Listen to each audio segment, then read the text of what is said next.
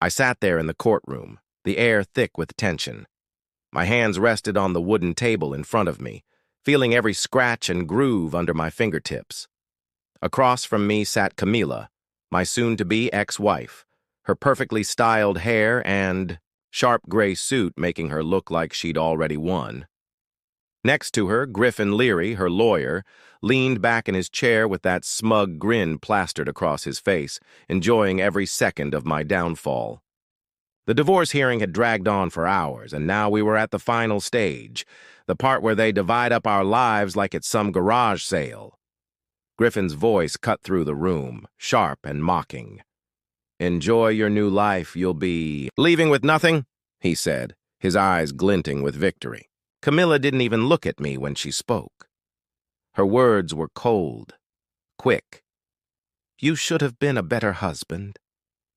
I felt my heart slam against my chest, a hot rush of anger mixing with something heavier. Regret, maybe, or just plain hurt. But I didn't let it show. I kept my face steady, jaw tight, eyes locked on the judge's weathered hands as he shuffled papers in front of him. The judge, a tired-looking man with gray hair and a voice like gravel, turned to me. "Mr. Rodis, do you have any final words before I make my ruling?" he asked, peering over his glasses. The room went quiet, and I could feel Camila and Griffin, watching me, waiting for me to crumble, to beg, to say something weak, but I didn't. Instead, a strange calm settled over me, like the moment before a storm hits. I reached into my briefcase, my fingers brushing against the thick folder I'd spent months putting together. "Actually, yes," I said, my voice steady, as I slid it across the table toward him. The judge raised an eyebrow, curious, and took it from me. Camila's head snapped up, her eyes narrowing. But I didn't look at her, not yet. I wanted to see her face when the truth hit. The judge opened the folder, flipping through the pages one by one. I knew what he was seeing. Every receipt, every email, every bank statement I'd dug up like buried treasure. My hands stayed clasped in front of me, but inside my mind was racing. This wasn't just about the divorce anymore. This was about everything she'd taken from me, everything she thought I'd let her get away with. The silence stretched on, and I risked a glance at Camila. Her smirk was gone, her face pale like the blood had drained right out of her. Griffin shifted in his seat, his fingers tapping nervously on the table, his confidence cracking. "What is this?" he muttered under his breath. But I didn't answer. I didn't need to. The judge's eyes flicked up to me, then back to the papers, and I could tell he was starting to understand. I leaned back in my chair, letting the moment sink in. For months, I'd been the quiet one, the guy who didn't fight back, the husband, who let her walk all over him. But not today. Today, I was the one with the upper hand, and it felt better than I'd expected. Camila's voice broke the silence, sharp and shaky. "What did you do?" she hissed, leaning toward me, her eyes wide with something I hadn't seen in her before. Fear. I didn't answer right away. I just smiled, a small, tight smile, and turned my attention back to the judge. He cleared his throat, setting the folder down, and looked at Camila's side of the room. "Counselor, Ms. Rhodes," he said, his tone heavy, "we're going to need to discuss this further." My heart was still pounding, but now it wasn't anger driving it. It was satisfaction. I'd played my card, and the game was about to change. The courtroom buzzed with whispers as the judge called for a recess. I watched Camila and Griffin huddle together, their heads bent low, their voices sharp and fast.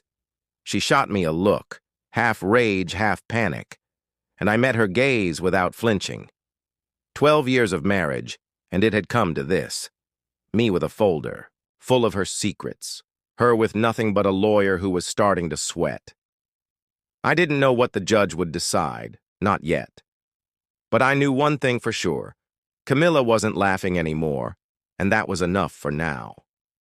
I stood up as the bailiff motioned for us to leave the room, my folder still sitting on the judge's bench like a ticking bomb. This wasn't the end, not even close, but it was a start. A damn good one. I walked out of the courtroom, my step steady, my head high, feeling lighter than I had in years. Whatever came next, I was ready. I woke up that morning expecting the usual. Coffee brewing in the kitchen, the soft hum of the house waking up. Maybe a quiet hour to myself before the day started. The bedroom was still dark, the curtains drawn tight, and the clock on my nightstand blinked 6:45 in red digits. I rubbed my eyes, feeling the weight of another restless night, and swung my legs out of bed. Camilla was already up, which wasn't unusual. She'd always been the early riser, the one with energy I could never match.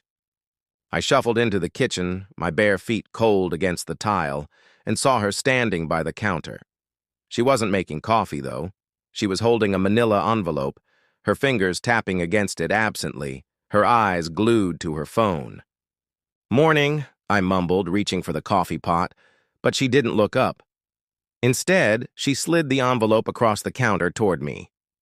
Her voice was casual, like she was telling me about the weather. "I've spoken to my lawyer. This should be simple."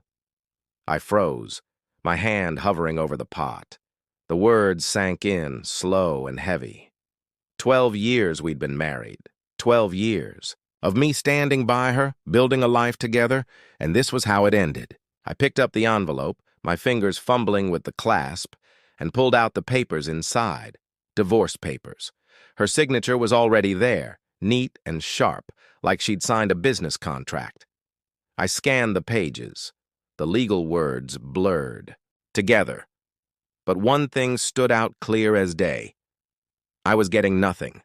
No house, no money, no piece of the business I'd helped her build. Zero. I looked up at her, waiting for something, an explanation, an apology, anything, but she just kept scrolling on her phone, her face blank. "Camilla," I said, my voice rough. "What is this?" She finally glanced at me, her eyes cool and distant. "It's over," she said. "You knew this was coming?" Did I? I stood there, the papers shaking in my hands, feeling like the floor had dropped out from under me. I don't know how long I stood there, staring at her, trying to make sense of it. She didn't even flinch. She just went back to her phone like I wasn't there. I'd spent years supporting her, pouring myself into Rhodes Interiors, her design company. I wasn't the flashy one, sure. I didn't stand in front of clients or schmooze at parties, but I was the backbone. I'd handled the boring stuff, the admin work, the accounting, the endless emails and schedules. I stayed up late balancing her books when she was too tired, planned her events when she was too busy, all without a paycheck or a thank you. And now she was tossing me out like I'd been some hired help she didn't need anymore. "After everything," I said, my voice low, "this is what I get?" She sighed, setting her phone down, and looked at me like I was a kid who didn't get it. "You didn't keep up," she said. "I grew. You didn't." The words hit me like a punch, and I felt something inside me snap. Not loud, not dramatic, just a quiet break, like a string pulled too tight. I walked out of the kitchen, the papers still in my hand, and sat on the couch in the living room. The house was quiet, too quiet, and I could hear her moving around behind me, getting ready for her day like nothing had happened. I flipped through the pages again, reading every line, every cold, calculated detail. She wanted the house we'd bought together, the one I'd fixed up with my own hands, new paint, new floors, every leaky faucet replaced. She wanted the business, all of it, even though I'd been there from day one, back when it was just an idea scribbled on a napkin. No alimony, no equity, no nothing. Just a clean break for her and a big, empty nothing for me. My chest tightened, and I clenched my jaw, trying to keep the anger from spilling out. I wanted to yell, to throw the papers in her face, to demand she explain how she could do this, but I didn't. I just sat there, breathing hard, letting it sink in. By the time she left for work, her heels clicking against the floor as she grabbed her bag and walked out, I was still on the couch. The door slammed shut, and the silence swallowed me whole. I looked around the room, the framed photos of us, the furniture we'd picked out together, the life we'd built, and it hit me. She'd planned this. She'd been steps ahead, plotting. This casual goodbye while I was still playing the loyal husband. I dropped the papers on the coffee table and leaned back, staring at the ceiling. I could have begged her to stay, could have fought right then and there. But what was the point? She'd made up her mind, and I wasn't in it anymore. But as the minutes ticked by, something else started growing inside me. Not just hurt, not just anger, but a spark of something harder, something sharper. I wasn't going to let her walk away with everything. Not like this. I didn't know how yet, but I'd find a way to fight back. That morning, when she handed me those papers, she thought she'd ended it. She didn't know she'd just started. Something bigger. I wasn't always the guy sitting quietly in the background, letting life happen around me. I used to be more than that. And that morning, after Camilla dropped the divorce papers on me, I couldn't stop thinking about how it all started. I sat in the living room, the same spot where I'd stared at those papers. But now my mind was drifting back to the early days, back when Camilla and I were a team. The house was still quiet, the kind of quiet that presses down on you, and I could almost hear the echoes of how things used to be. I'd been her biggest cheerleader when she started Rhodes Interiors, back when it was just the two of us in a cramped apartment. She'd sketched designs on cheap graph paper while I built her first portfolio website from scratch. I wasn't a tech genius, but I figured it out. Hours of trial and error, late nights with bad coffee, just so she could show her work to the world. She'd smiled at me then, her eyes bright, saying, "We're going to make it big, you and me." I believed her. I believed in us. It sounds like you're sharing an intense narrative, one that spans betrayal, revenge, and the unraveling of a complex financial crime. The emotional journey of this character is gripping, as they go from being the wronged party to taking control by leveraging hard evidence. There's a palpable tension throughout the story, especially as they find themselves tangled in a web far bigger than just their personal betrayal. From the meticulous way the protagonist unearths financial irregularities to the calculated submission of evidence in court, the slow build toward justice feels like a power shift, with every decision tightening the noose around Camilla's deceitful empire.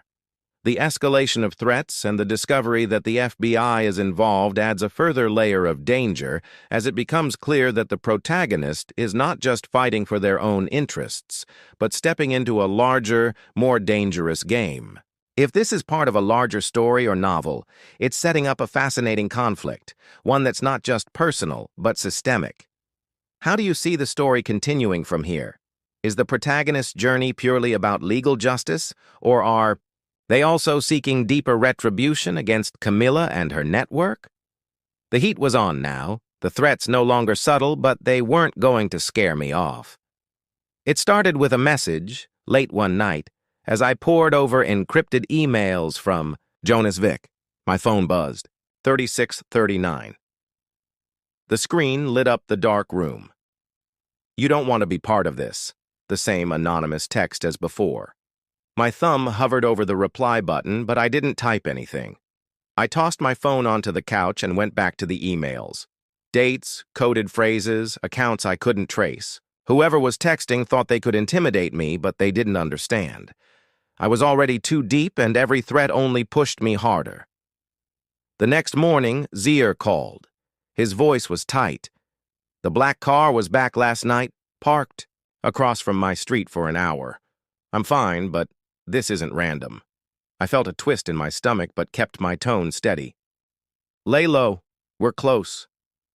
He grunted in agreement, and I hung up, the weight of the situation sinking in. That afternoon, I met Delilah at a diner. She was scanning the room, looking like she hadn't slept in days, the break-in still haunting her. But when she spoke, her voice was steady. "Cale's affidavit is gold. The FBI has it now, confirmed by a contact. They're building a case, and your folder gave them the push." I nodded, sipping my coffee. The bitter taste grounded me. "What about the settlement?" She smirked slightly. Still on the table, but it's a panic move.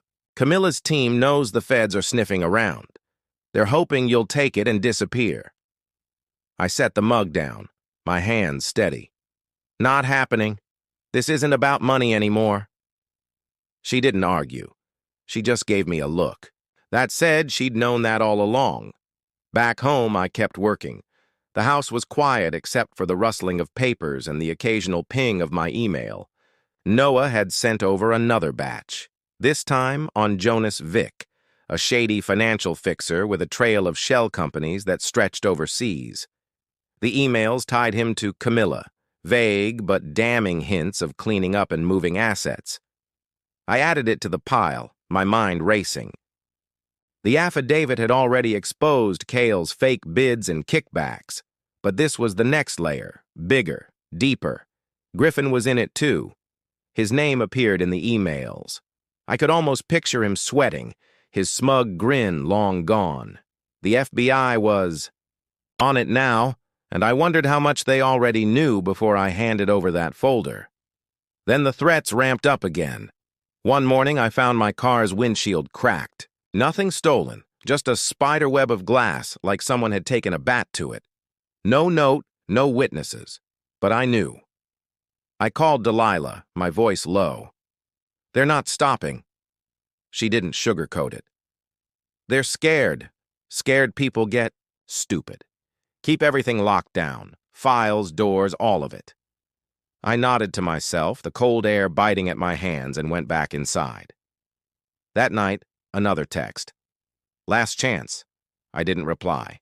Instead, I screenshot it and sent it to Delilah and Noah. My hands didn't shake anymore. Anger had turned into something colder, something focused. They could smash my car, send cryptic messages, but I wasn't the one running out of moves. The next day, I met Zier at a park, away from prying eyes. He handed me a USB drive, his face tense. More account logs. Noah pulled stuff from 2 years back. Matches Cale's story. I slipped the drive into my pocket. You okay? He shrugged, but his eyes darted to the parking lot. I'll live, just don't like the shadows. I clapped his shoulder and headed home, ready to plug it in. The logs were a gold mine, transactions matching the affidavit, payments to contractors who'd never worked a day, all signed off by Camilla and Griffin. It was airtight, and I knew the feds would eat it up. But I wasn't done. I wanted every loose end tied up, every secret dragged into the light. By the end of the week, I sat in the dark again, the pile of evidence towering on the table. The FBI was moving. Camilla's team was cracking, and I was still here, the guy they'd underestimated. The threats kept coming, but they were just noise now. Desperate, flailing noise. I wasn't just fighting for myself anymore. I was in the middle of something. Bigger, something that could bring her down for good. And I was ready to see it through. The final hearing came fast. By the time I walked into the courtroom, I felt like a man who'd run a marathon, tired but too stubborn to stop. The air was thick with tension, and I took my seat next to Delilah, my hands steady despite the storm inside me. Across the room, Camilla sat rigid, her face drawn tight like she hadn't slept in days. Griffin was beside her, his usual swagger replaced by a twitchy edge. The folder I'd submitted weeks ago had cracked their armor. It set the FBI sniffing around, but I wasn't done. I'd spent every night since then digging deeper, and now I had one last play. The judge banged his gavel, breaking the silence. "Closing statements," he said gruffly. "Let's wrap this up." Griffin stood first, trying to pull himself together. His speech was polished, rehearsed, all about how Camilla deserved. The business, the house, everything, because she'd built it from the ground up. His voice was confident at first, but I caught the cracks. The way his eyes flicked to me, the slight stumble over his words. He was nervous, and he should have been. The settlement offer was still on the table, bumped up since the last hearing, a fat stack of cash, and the house dangled as bait to make me disappear. Delilah had forwarded it to me days ago. I'd stared at it, tempted for half a second. Freedom. A clean break. No more fighting. But I didn't come this far to cash out. I leaned forward as Griffin finished, hands clasped, waiting my turn. The judge nodded at me. "Mr. Rhodes?" I stood, slow and deliberate, feeling every eye in the room on me. "Your Honor," I said, my voice calm but firm, "I have one final file." I reached into my briefcase and pulled out a new folder, thicker than the last, packed with everything Noah and Zier had pulled since the affidavit. The courtroom went still. A hush fell over it like someone had hit mute. I handed it to the bailiff, who carried it up to the judge. I watched Camilla's face as he took it, her eyes widening, her hands gripping the table. Panic flashed across her raw, unguarded expression. Griffin shot up, his voice sharp. "Objection, Your Honor. This is irrelevant. A delay tactic." The judge didn't even look at him, just raised a hand. "Sit down." Griffin dropped back into his chair, red-faced. The judge opened the folder. I knew what was in there. Emails tying Camilla to Jonas, Vic, the financial fixer. Proof of Shell Corporation's funneling money overseas. Transactions matching Cale's affidavit down to the dollar. I'd spent nights piecing it together, cross-checking dates, connecting dots. This wasn't just about Rhodes Interiors anymore. It was international fraud, a web bigger than I'd ever imagined. The judge's face darkened with every page. His fingers paused, flipping back to double-check. I stood there, heart pounding, but my stance steady, letting the evidence do the talking. Camilla whispered something to Griffin, her voice frantic, but he just shook his head. His hands clenched the table. They were sinking, and they knew it. The room stayed quiet, the only sound the rustle of paper as the judge worked through the file. He stopped halfway, looked up at Camilla, his eyes narrowed. "Ms. Rhodes," he said, "these documents suggest serious misconduct beyond the scope of this divorce. Can your counsel explain?" Griffin fumbled, standing again. His words tripped over each other. "Your Honor, this is unverified. It's not part of the proceedings." The judge cut him off. "It's part of my courtroom now. Sit." Griffin sank back down, pale. I caught Camilla's hands, trembling in her lap. She turned to me then, her eyes wide. Her voice was a harsh whisper across the room. "You don't know what you've done." I met her gaze, unflinching, and smiled, a small, tight curve of my lips. "I think I do." The judge kept reading, his expression growing grimmer. I knew it was over. Not just the hearing, but her whole game. Delilah leaned toward me. "You've got her. This is the knockout." I nodded, barely moving, my eyes on the judge. He finished the last page, set the folder down, and rubbed his temples like it had given him a headache. "This court will recess," he said. "I'm referring these documents to the proper authorities. We're done here." The gavel banged, and the room erupted. Griffin argued with the bailiff. Camilla stared at the table, drained of color. I stood there, the noise washing over me, feeling the weight lift just a little. It wasn't about winning anymore. It was about ending it. About dragging every lie into the light. As we filed out, Delilah clapped me on the back. "You buried her," she said. I didn't smile back, just nodded, my mind already spinning ahead. Camilla's whisper stuck with me. "You don't know what you've done." I wondered what she meant. A threat? A plea? Or just the last gasp of someone who'd lost? I didn't know yet, but I'd find out. For now, I walked out of that courtroom with my head high, the folder's truth echoing behind me. She thought she could erase me. She was wrong. A week later, the news hit. Camilla's arrest made headlines, 7 days after the hearing. Handcuffed, a grim mugshot. Rhodes Interiors splashed across the front page as a suspected front for money laundering and fraud. Her assets were frozen. The business collapsed. Clients pulled out faster than the feds could seize files. Griffin got disbarred within days, his career torched. As for me, the judge's ruling came through. I got the house, a fair chunk of what was left of her accounts, and the satisfaction of knowing the truth had won. But it didn't feel like a win, not the way I'd expected. That first night after the ruling, I stood in the living room of the house. It was too big, too empty. Every corner echoed with 15 years of a life that no longer existed. The furniture was still there, our couch, the shelves I'd built, but it felt like someone else's now. I'd spent so long fighting, proving I wasn't the nobody Camilla thought I was, and now it was over. The folder, the late nights, the threats. It had all led to this. But I didn't know what this was. I packed a small bag that evening. Just clothes, a toothbrush, some papers. I locked the door behind me. The house could wait. I needed air, space, something new.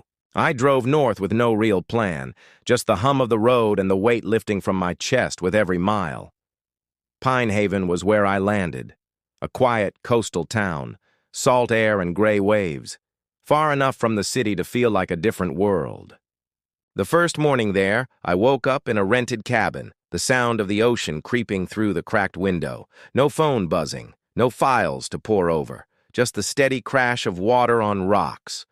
I walked down to the beach, my shoes sinking into the sand. The wind tugged at my jacket. For the first time in years, I didn't have to be anywhere. I didn't have to fix anything. I sat on a driftwood log, watching the tide roll in. And for the first time in a long time, I just let my mind wander. Camilla's face flashed through. Her smirk in court, her panic at the end. But it didn't sting anymore. She'd lost everything, the business, the money, her freedom. I'd walked away with more than she ever meant to give me. But it wasn't about that. It was about me, about finally stepping out of her shadow and into something of my own. The days in Pine Haven stretched out slow and simple. I grabbed coffee at a little shop downtown, the barista nodding like I'd always been there. I walked the shore, picking up shells or just staring at the horizon, letting the salt air clear my head. The settlement money hit my account midweek. Enough to start over, but not enough to change the world. I didn't touch it. I didn't need to. The house back home was mine to sell or keep, but I wasn't ready to decide. For now, this was enough. A bed, a roof, the sound of waves. I'd spent so long chasing justice, building that case, that I'd forgotten what it felt like to just breathe. Here, I remembered. One night, I sat on the cabin's porch with a beer. The sky was dark, dotted with stars. My phone sat inside, off since I'd arrived, and I didn't miss it. Zier had texted before I left. "You good?" I'd said, "Yeah," meaning it. Delilah called, her voice sharp with pride. "You took her down. You know that?" I smiled, tired but real. We did. Because it wasn't just me. Zier, Noah, her, even Cale. They'd all had a hand in it. But now they were back there, and I was here.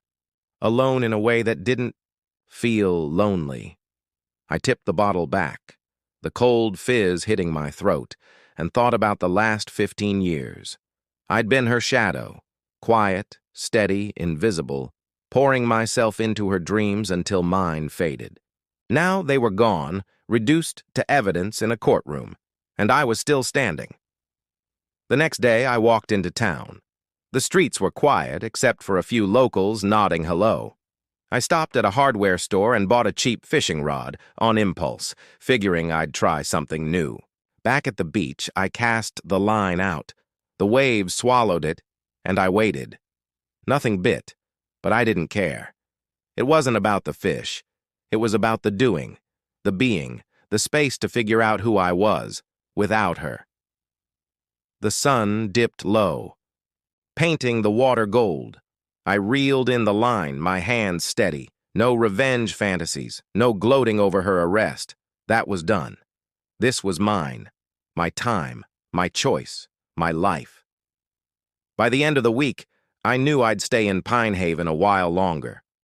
The cabin was cheap, the air was clean, and the noise in my head was finally quiet.